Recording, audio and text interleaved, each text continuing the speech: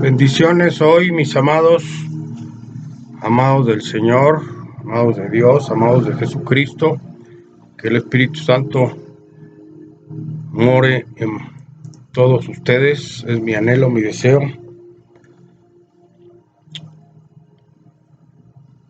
Día del Señor, día de alabar a Dios, día de venir a la presencia de Dios. El Señor, como siempre, nos da una palabra buena, grata, agradable, pero a veces no tan agradable a nuestro oído, pero sí para nuestro espíritu. Hoy tenemos una palabra que viene en Hebreos 3:12. Le hemos puesto por título: fuera de la casa no hay protección. Fuera de la casa no hay protección. Seguimos con este asunto de la pandemia, cada vez se recrudece, hay rebrotes, etcétera. Y nos dicen permanencia en casa. Vamos a ver qué nos dice Dios. ¿Qué nos dice Dios? Vamos a Hebreos capítulo 3, versículo 12. Dice así, en Reina Valera 1960, dice así: mirad, hermanos, que no haya en ninguno de vosotros corazón malo de incredulidad para apartarse del Dios vivo. Amén. Amén. Dice la Escritura: el que tenga oídos, oiga lo que el Espíritu habla. ¿Verdad? Oímos muchas cosas en el mundo, pero la voz que necesitamos escuchar es la de Dios. Y la voz de Dios, ¿cómo la vamos a escuchar? A través de su palabra. Y su palabra está escrita en la Biblia y está compilada en el Antiguo y el Nuevo Testamento. Y toda la Escritura es buena, ¿verdad? Toda es apta para instruir, para redarguir, para guiar, dice la misma Biblia, ¿verdad? Toda la Escritura. Entonces no podemos quitar pedazos o extraer y hacer unas enseñanzas o unas doctrinas de una partecita de la Biblia. La doctrina es en conjunto, ¿verdad? La doctrina de la Biblia es completa. Y sí, por supuesto, tenemos enseñanzas de diferentes temas. Hoy el Señor nos dice: fuera de la casa no hay protección. Fuera de la casa. Terrenalmente, pues, tu casa, y la autoridad terrenal te dice: no salgas, si no tienes a qué salir. El Señor te dice: fuera de mi casa no hay protección. Fuera de mi casa. Fíjense bien. Qué palabra tan tremenda, ¿no? Vamos ahí al versículo nuevamente. Dice: mirad, hermanos, mirad, hermanos. El autor de Hebreos está refiriéndose a gente que ya conoce de Dios. O sea, esto no es para los incrédulos. Sin embargo, porque la palabra hermanos, mirad, hermanos, es una fraternidad. Mirad, hermanos, que no haya en ninguno de vosotros corazón malo de incredulidad para apartarse del Dios vivo. Bueno, es un tema bastante amplio bastante amplio, porque pues está tocando puntos álgidos, puntos tremendos, que no haya ninguno de vosotros, de nosotros o de ustedes, vosotros es ustedes, pero pues yo me incluyo, nosotros, que no haya ninguno de nosotros corazón malo. corazón malo de incredulidad para apartarse del Dios vivo. Entonces es un versículo aparentemente corto, pero trae una enseñanza tremenda, ¿no? Para empezar, tenemos que mantenernos unánimes. Hermanos. Es un tema que Jesús lo habló y dijo, dejo un nuevo mandamiento, que os améis los unos a los otros. Eso significa hermandad. Hermandad es echarse la mano, ayudarse, apoyarse. La misma Biblia habla en Colosenses, capítulo 3, dice, soportaos los unos a los otros. O sea, soportaos, no soportarse en términos de aguantarse, sino de ayudarse. Si alguien está disminuido, ayudarlo. ¿Me explico? Entonces, la humanidad, pues se considera, por ejemplo, cuando hablamos de que somos de un país determinado, ¿no? Por ejemplo, los mexicanos, vas al extranjero, te encuentras un mexicano y dices paisano. O sea, estás diciéndole como que hermano. Pero acá, dentro del país, ¿cuál? No hay tal, ¿verdad? Bueno, entonces, hermandad, fíjense, primer punto que encontramos ahí es hermandad. Segundo punto, que no haya en ninguno de nosotros un corazón malo de incredulidad. Aquí ya no estamos yendo a la incredulidad, pero concretamente en el aspecto de qué. ¿Cuál aspecto? ¿A qué incredulidad se refiere el autor? Pues luego dice para apartarse del Dios vivo. Entonces, que no haya incredulidad en nosotros acerca de ese Dios, del único, no hay más. La gente se confunde que hay muchos dioses, no hay muchos dioses, nada más hay uno. Si tú no lo has conocido, hoy lo vas a conocer. Es el único Dios que hay, los demás son fabricados por los hombres. El Dios verdadero, el Dios vivo, es uno y tiene tres formas o tres personalidades que se llaman Padre, Hijo y Espíritu Santo. Tres personalidades. Pero es un solo Dios, y este Dios es un Dios vivo. Que tú no lo veas no quiere decir que no esté vivo, pues está más vivo que ninguno de nosotros, porque simple y sencillamente Él creó todo. ¿No lo crees? Pues ve al versículo 1 de la Biblia, lo primero que dice la Biblia, y Dios creó los cielos y la tierra, punto. Los cielos, o sea, todos, los que ves y los que no ves.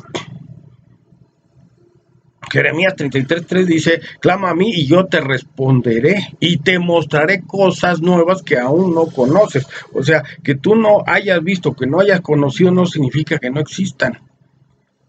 Si tú no has tenido un encuentro con Dios, no significa que no exista. Significa que tú has estado apartado. Entonces, por eso dice aquí un corazón malo de incredulidad para apartarse del Dios vivo. Corazón malo, pues el corazón malo, ¿qué significa? Pues el pecado, simple y sencillamente. El pecado que mora en las personas. Todos hemos pecado, dice la Biblia, Romano.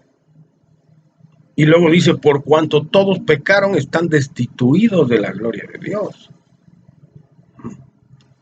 Entonces el pecado nos separa. El corazón malo es el pecado para apartarnos del Dios vivo. Y esto trae como consecuencia una incredulidad. Entonces, para poder practicar la vida que nos dé la gana, o la vida que nos apetece, o la vida que nos gusta, pues es más fácil tener un corazón duro e incrédulo y decir, Dios no existe. O decir, sí creo en Dios. Pero pues también la Biblia dice, los demonios también creen, dice el apóstol Santiago. Los demonios también creen en Dios. ¿Y sabes qué dice? Además, y tiemblan. Los demonios creen en Dios porque saben quién es Dios, porque lo conocen, porque ellos fueron bajados, los demonios fueron bajados o fueron destituidos del reino de Dios, del trono de Dios. Y sabes la historia, la conoces. Y si no, ahí ve a Isaías. Oh, lucero de la mañana, ¿de dónde has caído? Se refiere al mismísimo Satanás. ¿De dónde has caído? Del trono de Dios cayó, fue expulsado y lo aventó, lo arrojó al abismo, a la oscuridad. Y entonces el demonio, el ángel aquel querubín hermoso, desobedeció a Dios, desacató a Dios, codició a Dios porque quiso ser igual o más, y entonces después arremetió contra lo que más amó Dios, que fue su creación humana, Adán y Eva.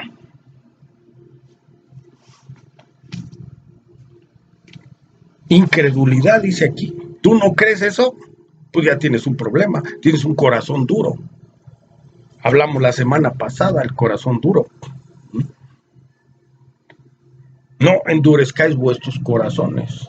Hablamos la semana pasada.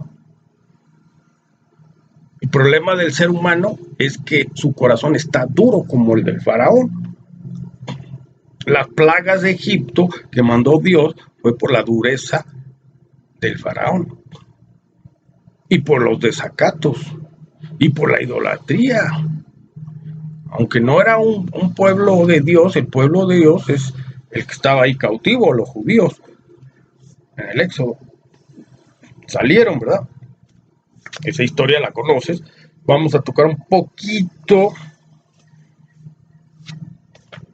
apartados e incredulidad.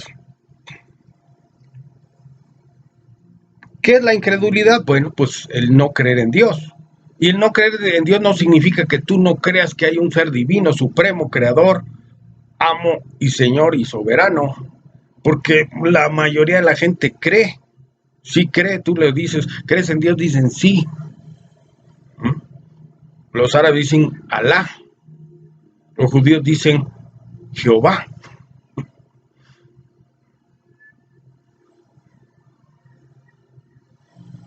Y aquí en México todos creen en Dios. La gran mayoría, bueno, no todos, pero mucha gente cree en Dios. Pero están igual que los demonios, como dijimos hace un momento. Los demonios también creen en Él y tiemblan. Entonces no es suficiente creer, no es suficiente creer en Dios. Tienes que estar dentro de la casa de Dios. Ese es el tema de hoy, esa es la palabra de Dios para ti hoy. Tenemos que estar dentro de la casa de Dios, porque fuera de la casa de Dios no hay cobertura, no hay seguridad, no hay protección. El virus COVID-19 está arrasando.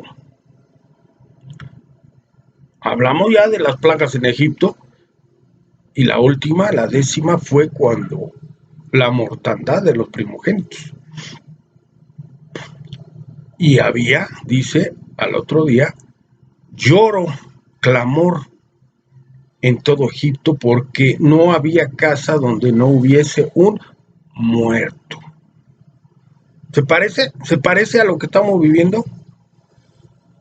En todas las casas hoy en día, y casas me refiero, el término casa implica varias generaciones, ¿no?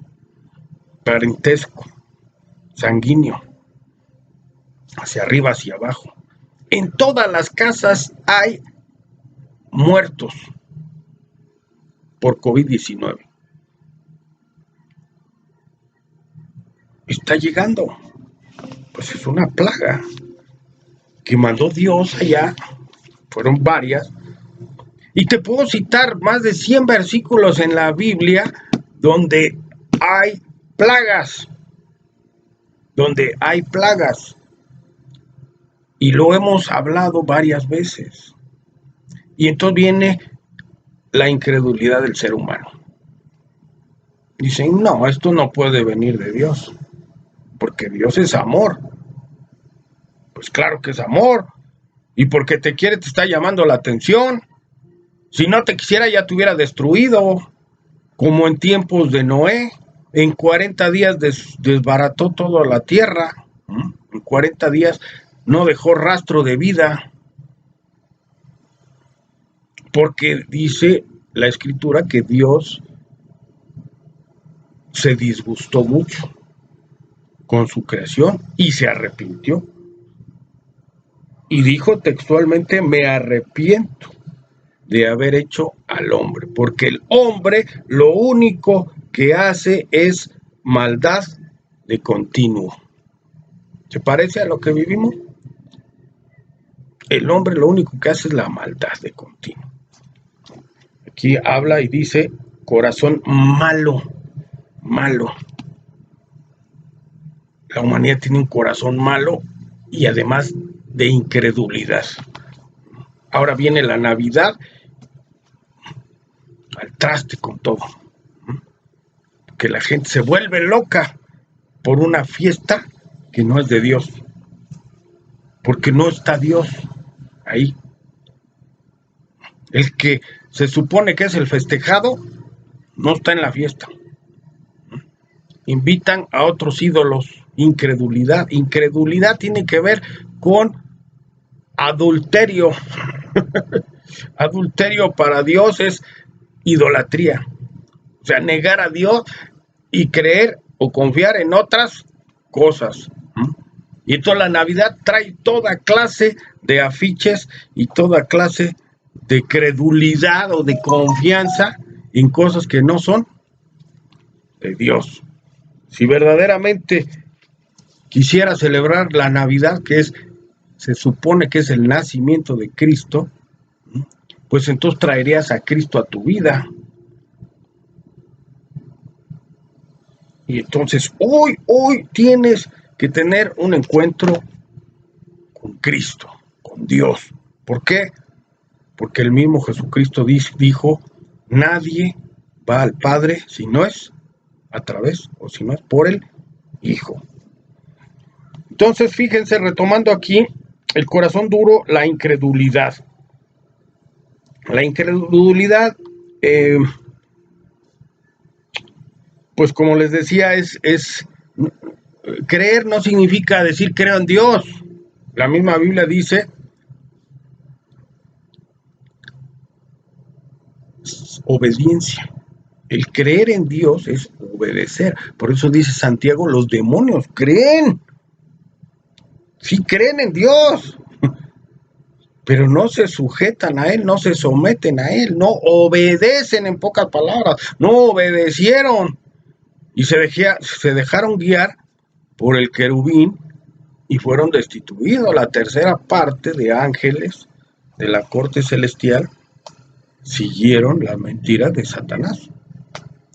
Pues el mundo de hoy sigue básicamente en esa línea. Creen más las mentiras de Satanás que la palabra de Dios. Entonces no es suficiente que decir creo en Dios. Eso no es suficiente. Lo que necesitas es entrar. ¿A dónde? A la casa de Dios. Vamos a ver qué es la casa de Dios. La casa de Dios. Históricamente tenemos en la Biblia registrado, en el Antiguo Testamento, por ejemplo, la primera casa que tenemos como tal, o el primer templo que tenemos es el tabernáculo de reunión, el tabernáculo de Moisés. Ahí en Éxodo, lo puedes ver, Éxodo 37. Éxodo 37 está registrado cómo Dios instruyó para la construcción o la elaboración, más que construcción, la elaboración de este tabernáculo, porque si recordamos, el pueblo judío había salido de la esclavitud en Egipto e iban en tránsito hacia las tierras de Canaán, la tierra prometida de Dios a su pueblo, y eso significaba un peregrinaje, un caminar, y sabemos que tardaron 40 años en llegar al destino, pero también sabemos que Dios retrasó, ¿verdad? También lo hablábamos la semana pasada, ¿por qué Dios retrasó y tuvo que destruir las primeras generaciones que salieron de Egipto? Por la incredulidad, es decir, por el desacato. Y además murmuraron, o sea, se quejaron con Dios, con Moisés y con Moisés. Entonces la primer casa que tenemos de Dios es ese tabernáculo de reunión, que prácticamente era como una especie de tienda o de casa de campaña desmontable, y más o menos ahí el capítulo 37 de Éxodo nos dice que tenía un tamaño de 13 por 10 por 4, o sea, 13 de largo por 10 de ancho por 4 de altura. Y obviamente pues tenía su lugar santo, su lugar santísimo, y ahí ellos tenían el arca de la alianza. ¿Qué es el arca de la alianza?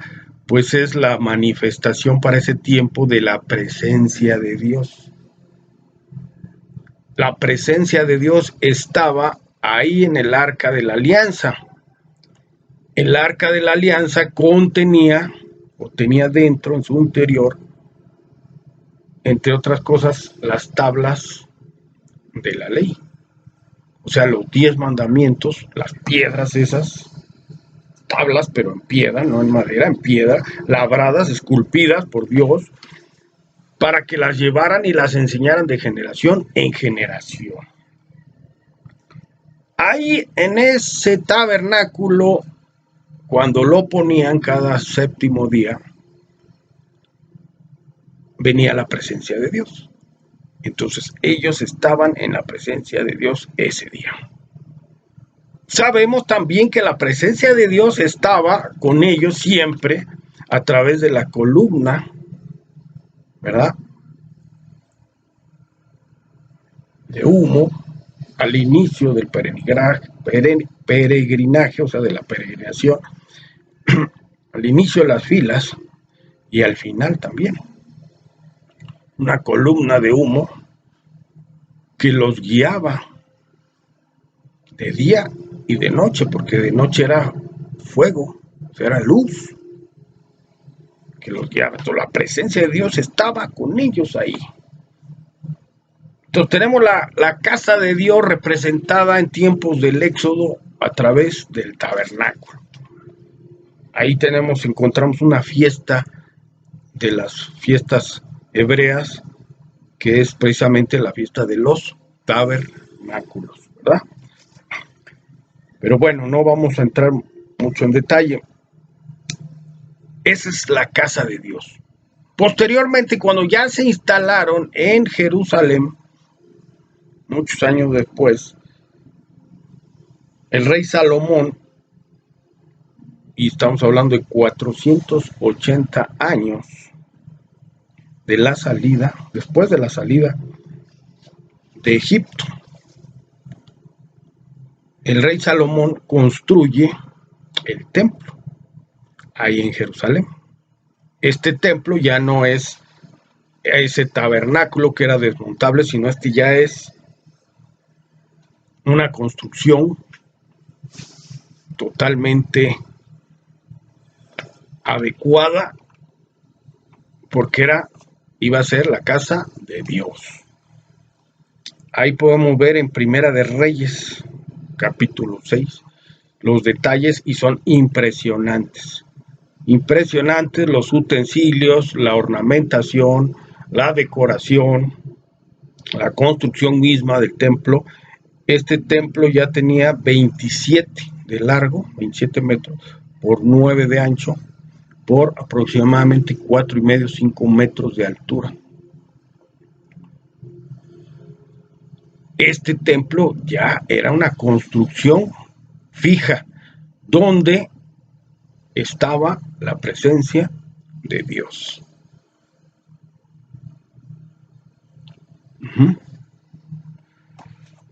Conocemos un poquito que en la invasión de los babilonios a Israel, a Jerusalén, pues destruyeron ese templo, y después fue vuelto a construir, que se le conoce como el templo de Herodes. Ese templo duró hasta el año 70 después de Cristo, y hasta el año 70 después de Cristo fue nuevamente destruido el templo por mano de los romanos ahí en Jerusalén. Bueno, de ahí del año 70 a nuestros días no hay templo. No hay templo, fíjense bien, no hay construcción. Entonces los judíos están muy preocupados de enfocarse en construir el templo. Desde que fue fundado el Estado de Israel en 1948, terminando la Segunda Guerra Mundial, pues ya se han enfocado a la tarea de construir ese templo. Pero pues eso requiere mucho dinero para empezar, ¿no? Los utensilios, ahí en Primera Reyes la ven, en Primera Reyes 6, cómo eran los utensilios. Pues los judíos ya tienen por ahí bastante avanzado todo esto. Ahí búsquele en el internet, se llama el Instituto del Templo. Son los encargados de esta misión. Sin embargo, fíjense bien, aquí viene un parteaguas. Hoy en día la Escritura nos habla de otro tipo de templo de Dios, o sea, de otra casa de Dios. Y hay versículos, hay uno que dice: Dios no habita en templos hechos por mano de hombre. Ojo. Dios no habita. Entonces, Dios ya no habita ni en el tabernáculo, ni en el templo de Salomón, ni en el de Herodes, ni en el que van a construir. Dios ya no habita ahí. ¿Por qué? Bueno, vamos a Juan, el Evangelio de Juan, capítulo 2. Juan, capítulo 2. Versículo 22. Juan capítulo 2, versículo 22.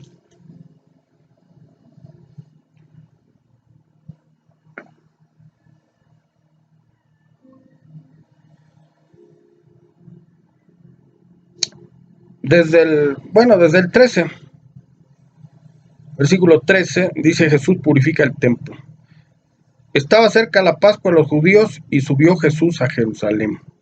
Y halló en el templo a los que vendían bueyes, ovejas y palomas, y a los cambistas allí sentados. Aquí todavía estamos en el templo de Herodes, en tiempo de Jesús.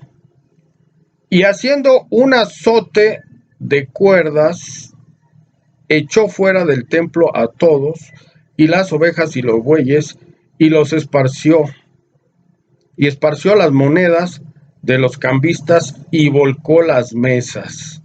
Dijo a los que vendían palomas: quitad de aquí esto, y no hagáis de la casa de mi padre casa de mercado. Entonces se acordaron sus discípulos que está escrito: el celo de tu casa me consume. Y los judíos respondieron y le dijeron: ¿qué señal nos muestra ya que haces esto? Respondió Jesús y les dijo: destruid este templo y en 3 días lo levantaré. Aquí el punto central es el versículo 19. Destruid este templo y en 3 días lo levantaré. Dijeron luego los judíos: en 46 años fue edificado este templo, y tú dices: en 3 días lo levantaréis. Mas él hablaba del templo de su cuerpo. Por tanto, cuando resucitó de entre los muertos, sus discípulos se acordaron que había dicho esto, y creyeron la escritura y la palabra que Jesús había dicho. Amén. ¿Ya te diste cuenta cuál es el templo de Dios actualmente? Es Jesucristo. Jesucristo es el templo de Dios. Por eso él dijo: destrúyanlo y yo en 3 días lo levantaré. No le entendieron y dijeron: está loco. Si se tardaron 40 y pico de años, 46 años en edificar el templo, y tú dices que en 3 días. Y entonces por eso le decían que era blasfemo. Él lo que estaba diciendo o anticipando era su muerte y su resurrección. Su muerte y su resurrección. Él murió y en 3 días levantó el templo de Dios. Él mismo se constituyó en el templo del Dios vivo.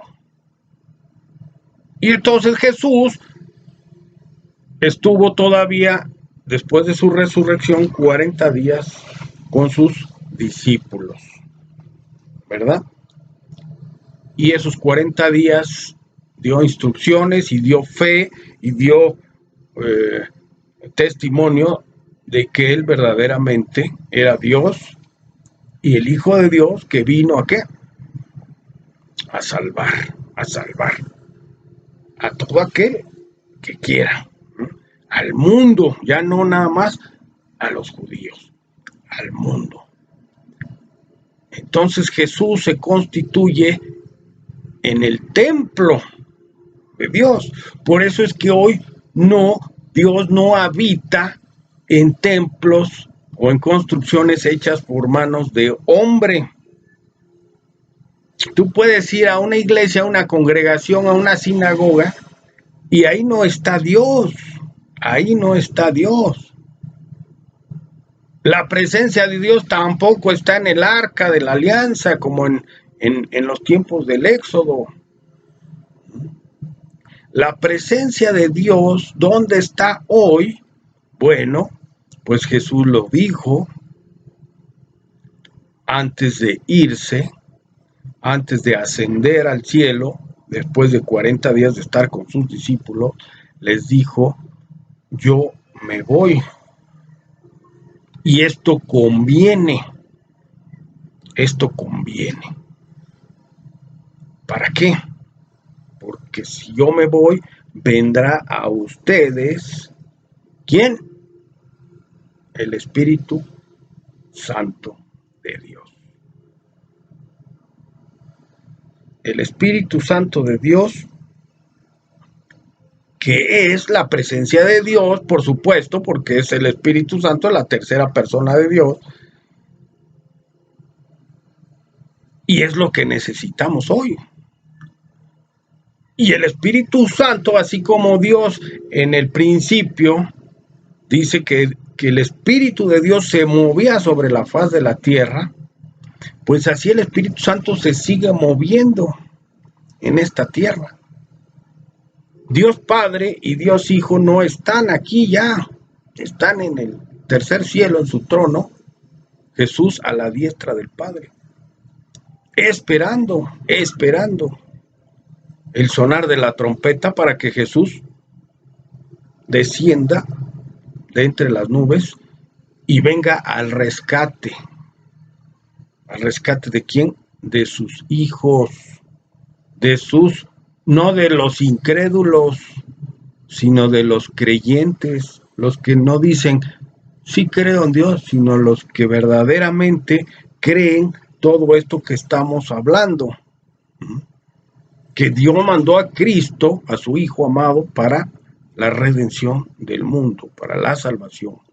Y que Jesús es el templo de Dios, y Jesús dejó, cuando ascendió, dijo, cuando yo me vaya, vendrá a ustedes, ¿quién?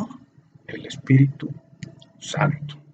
Y entonces tenemos en el libro de los Hechos, capítulo 2, la llegada del Espíritu Santo, ¿verdad? Ahí está registrado en las Escrituras. Cuando los discípulos estaban unánimes, o sea, estaban escondidos porque los andaban persiguiendo por causa de Cristo, pero estaban unánimes. Unánime quiere decir en un mismo ánimo, estaban creyendo, no eran incrédulos, estaban creyendo, estaban confirmando, sus mentes estaban todavía turbadas por todo lo que vieron de Jesús, cómo murió, después cómo resucitó, un acto milagroso, después cómo estuvo con ellos 40 días y finalmente ascendió delante de ellos al cielo, desapareció. Y el apóstol Pedro dice, ¿por qué miráis? Aquel mismo que subió, dice, o sea, Cristo, él mismo descenderá entre las nubes, o sea, es la profecía, lo que estamos esperando. La bajada de Cristo, pero no venir a la tierra, nada más la bajada de Cristo entre las nubes, ahí lo cita también el apóstol Pablo, en 1 Tesalonicenses, dice que al sonar de la trompeta vendrá. Pero bueno, concluimos con el tema. El templo de Dios, la casa de Dios. Lo que hoy te dice Dios es que fuera de su casa no hay protección. Fuera de su casa no hay protección. Fuera de la casa, pero ¿la casa de quién? De Dios. Entonces tú tienes que estar dentro de la casa de Dios. La casa de Dios es la protección para este COVID y para cualquier otra cosa, para la muerte, pero la muerte eterna. Y lo hemos hablado, la muerte eterna es ¿cuál? Pues la muerte segunda. ¿Cuándo? ¿Cuándo qué? Cuando la gente muere en forma terrenal, pero sin tener un encuentro con Dios a través de ¿quién? De Cristo Jesús. Vamos a concluir con ahí mismo en Juan, el Evangelio de Juan, capítulo 15, hablando de no estar apartados. Capítulo 15, versículo 5, inciso B. Inciso B, pues quiere decir que lo separamos tantito. Y dice así, 15,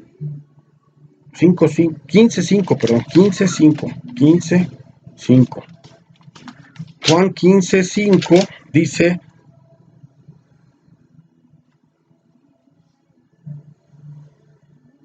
porque separados de mí, inciso B, porque separados de mí, nada podéis hacer. El versículo completo dice, yo soy la vid, son palabras de Jesús, yo soy la vid, vosotros los pámpanos, el que permanece en mí y yo en él, este lleva mucho fruto. Porque separados de mí, nada podéis hacer. Entonces, separados de Cristo, separados del templo de Dios, no podemos hacer nada. No podemos hacer nada. Yo te invito a que tú entres hoy a la casa de Dios, que no te quedes afuera, que no estés separado de Dios, que no tengas un corazón malo de incredulidad, sino que tu mente sea transformada por obra del Espíritu Santo, por obra de la fe. Se necesita fe. La fe es creer, pero creer desde aquí, desde tu corazón. ¿Quieres entrar a la casa de Dios? ¿Quieres tener la cobertura de Dios, la protección de Dios? Haz esta decisión hoy, que es la más importante de tu vida. Cierra tus ojos y dile, Señor Jesús, creo en ti, creo que tú moriste en la cruz y creo que eso fue para que yo pudiera entrar a la casa de Dios. Te agradezco, Señor, tu sacrificio y te pido perdón por mis pecados. Te pido que me limpies, que me purifiques con tu sangre preciosa que derramaste en la cruz del Calvario, que además me inscribas en el libro de la vida y que me lleves ahora de tu mano, Señor Jesús, porque separado de ti, nada puedo hacer. Amén. Que Dios los bendiga mucho, que Dios los bendiga. Separados de Cristo, nada podemos hacer. Amén.